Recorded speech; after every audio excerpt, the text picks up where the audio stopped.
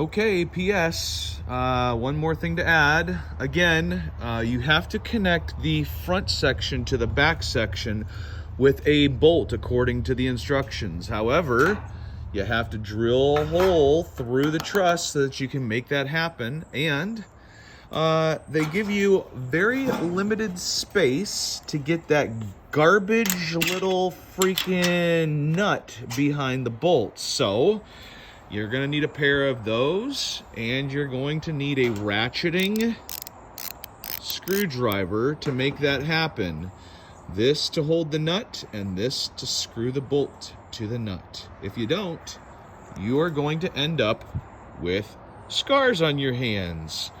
Thank you so much, ShelterLogic. Again, you've come through, and you've proven that this design is garbage and needs to be fixed.